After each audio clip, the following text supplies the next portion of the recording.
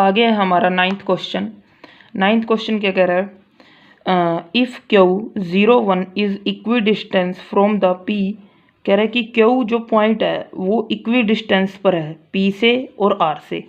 क्या कह रहा है कि क्यू है जो वो इक्वी डिस्टेंस पर है किससे, पी से भी और आर से भी। पी पॉइंट क्या दे रखा है हमें 5 और -3, इसको क्यू को ऊपर लिख लो। और आर पॉइंट क्यू पॉइंट क्या दे रखा है 0 और 1, और आर पॉइंट क्या दे रखा है हमें x और 6। कह रहा है कि find the value of x की वैल्यू निकाल लो। जो ये आर में x है ना, x हमारा है, उसकी वैल्यू निकालनी है। Also find the distance of the Q R and P R. Q R निकालना है और पी आर निकालना है।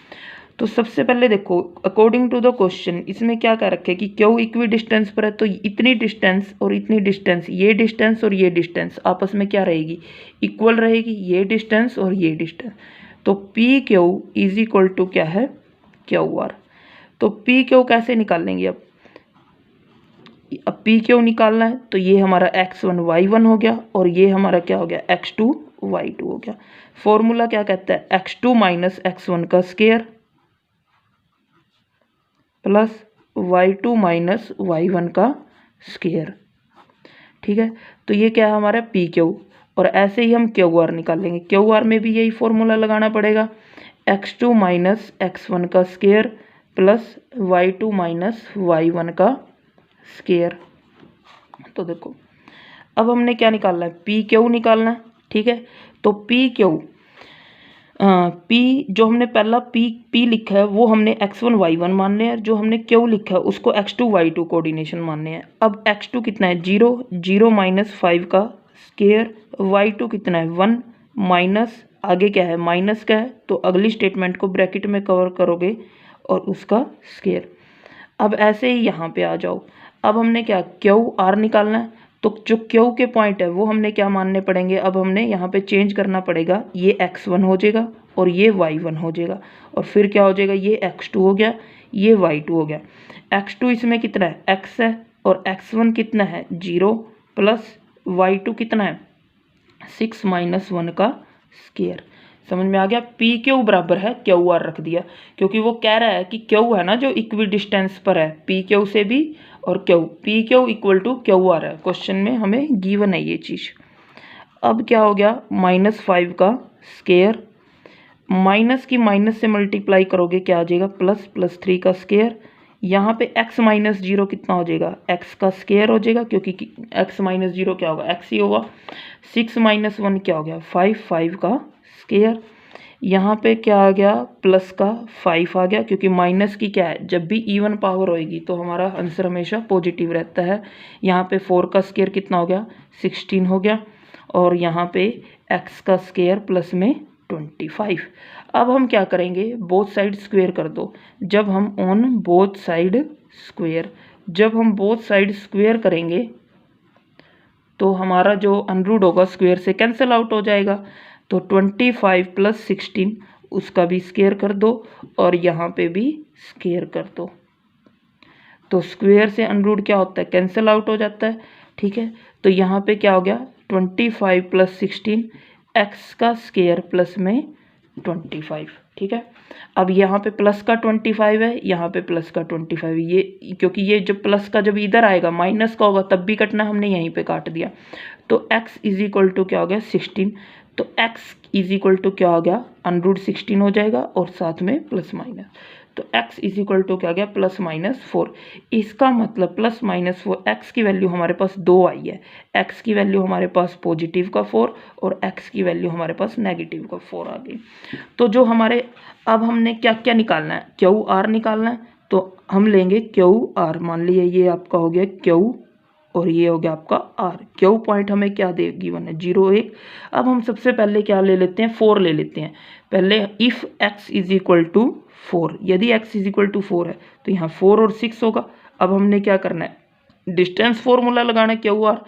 तो क्यू डिस्टेंस फार्मूला लगाएंगे क्यू आर, तो क्या होगा क्यू आर लगाया है तो इसका मतलब ये x1 ये y1 ये x2 y2। तो क्या होता है x2 में से x1 जाता है 4 - 0 का स्क्वायर हो गया और 16 - 1 का स्केयर हो गया।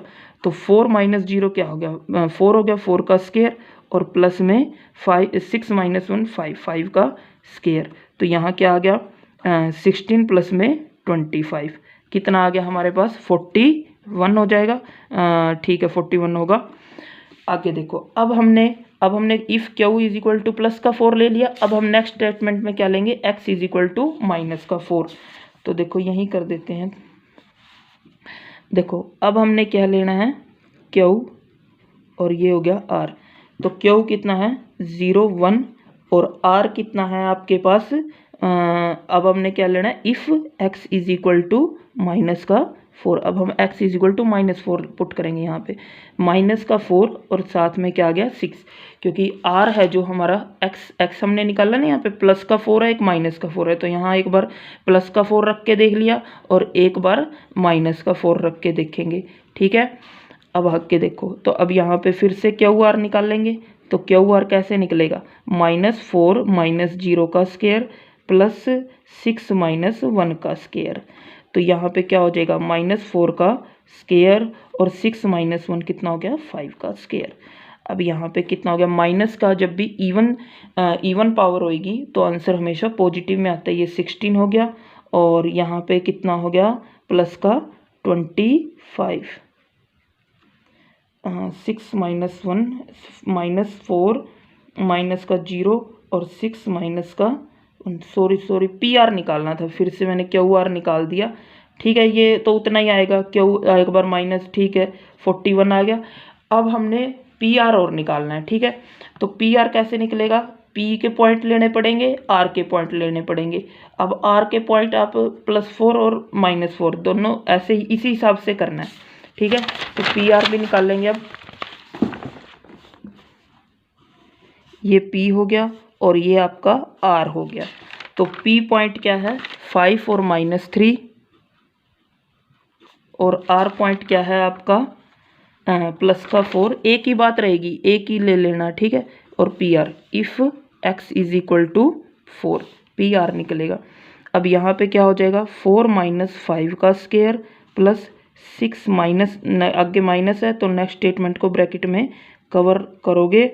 ठीक है, तो 4 माइनस 1 कितना हो जाएगा, -1 का स्केयर, और यहाँ पे माइनस की माइनस से कर दी प्लस 6 का स्केयर।